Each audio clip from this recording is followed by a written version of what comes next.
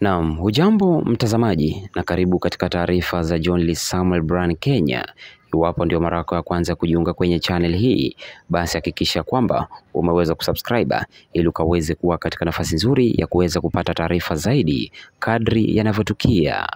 Taarifa niliyokuletea hivi sasa ni kuwa hapo jana maandamano ya kutafuta haki kwa mwanablogu ambaye pia alikuwa mwalimu Albert Ojwanga aliyeuawa katika kituo cha polisi cha Central yalizuka katika kaunti ya Nairobi.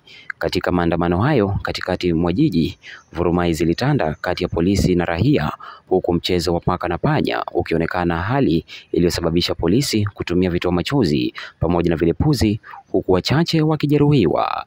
Katika pilika hizo, jamaa anayefahamika kwa jina Eli Joshua, mchuuzi aliyekuwa akiuza maski chini ya jumba la Imenti House, aliweza kujipata pabaya baada ya maafisa wa polisi kumkuta akiuza maski na kisha kumpiga na mwishowe kumfyatuliwa risasi kichwani.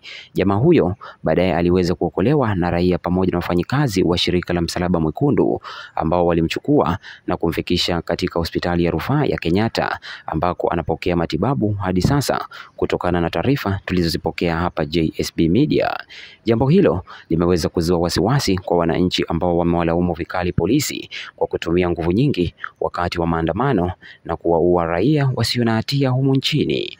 Wananchi sasa wamemtaka Inspector General wa polisi kulizungumzia swala hilo lililotekelezwa hapo jana na afisa huyo wa polisi.